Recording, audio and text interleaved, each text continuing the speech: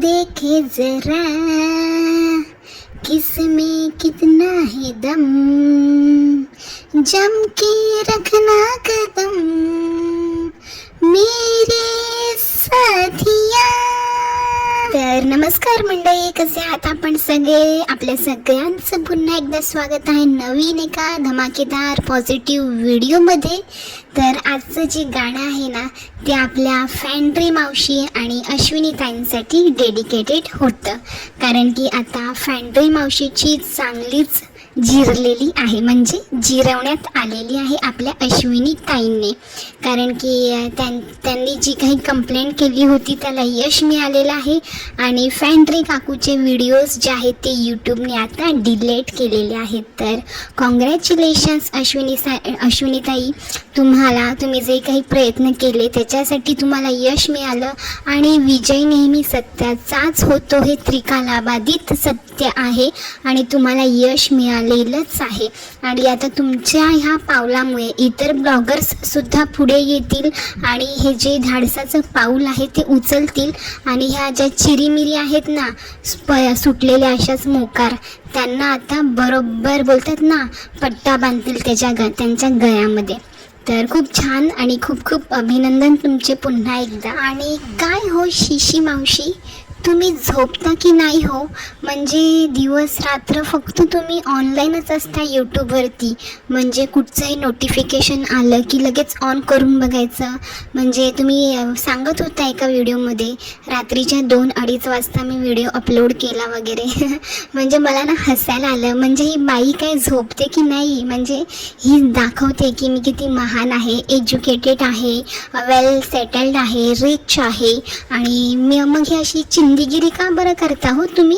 म्हणजे तुम्ही झोपतच नाही आहात. मला आश्चर्य वाटतं ह्या बाईचं. म्हणजे सतत ही बाई रात्रंदिवस फक्त आणि फक्त मोबाईल हातामध्ये घेऊन बसलेली असते आणि कोणाचे नोटिफिकेशन येतात, कोणाचे व्हिडिओज किती वाजता येतात, ह्या सगळ्या गोष्टीचा पाठपुरावा ही बाई रात्रंदिवस करत असते. अरे रे रे रे, कीव येते. म्हणजे यूट्यूबवरती दाखवायचं एक आणि वागायचं एक, अशी तुमची आता परिस्थिती झालेली आहे, बरोबर ना शिशी मावशी? तर मंडळी, जसं की आपल्याला आता कळलेलंच आहे की फॅन्ड्री मावशींची आता चांगलीच जिरवण्यात आलेली आहे.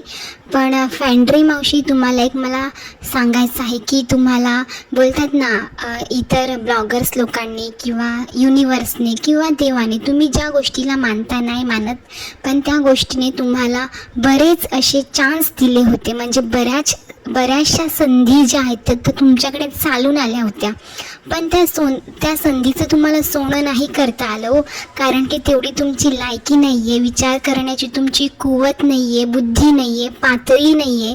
त्यामुळे तुमच्याकडनं ना आता ह्या अशा चुका होत गेल्या आणि ह्या चुका तुम्हाला इतक्या महागात पडल्या ना की तुमचं आता सगळंच उघडं पडलेलं आहे. हे मात्र तुम्ही विसरू नका.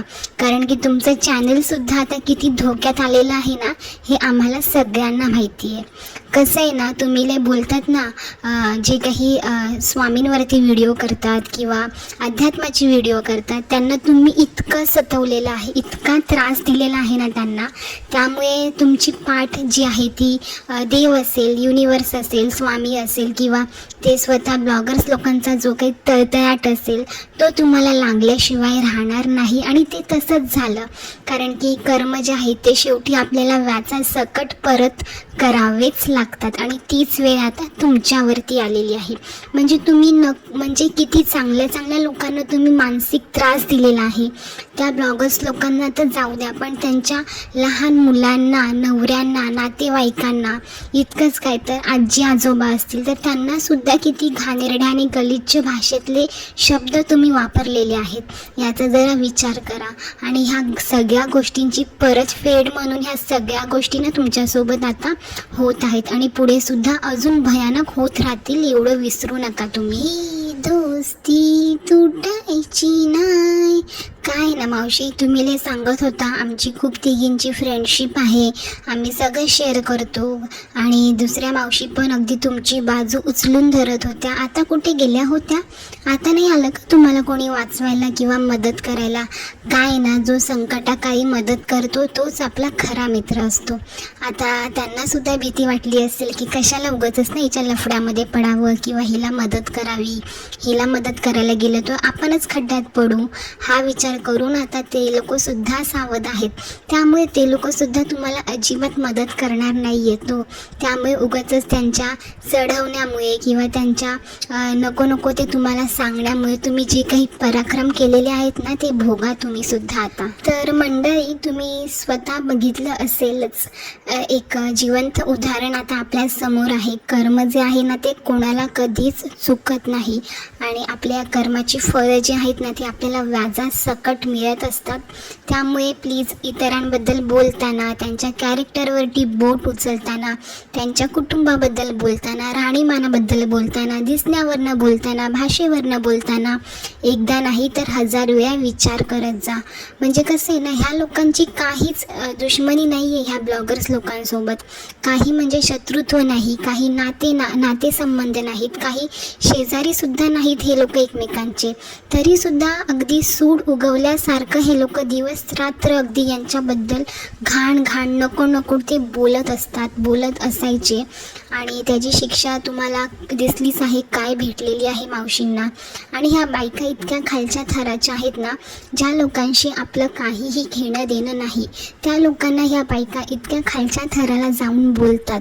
तर तुम्ही विचार करा मंडळी, ह्या बायका आपल्या घरातल्या लोकांशी कसं वागत असतील, यांचे नातेसंबंध म्हणजेच यांचे रिलेशनशिप आपल्या पार्टनरसोबत, घरच्यांसोबत किती गलिच्छ आणि खालच्या लेवलचे असतील ना, हे आपण विचारसुद्धा नाही करू शकत.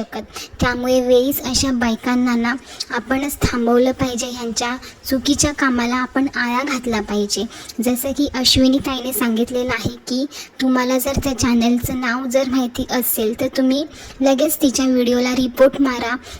तिथे बरेचसे ऑप्शन येतात, तिकडे जाऊन तुम्ही रिपोर्ट मारा आणि हे काम तुम्ही जनता जनार्दन करू शकता, कारण की तेवढी पावर आपल्या पब्लिक लोकांमध्ये असते.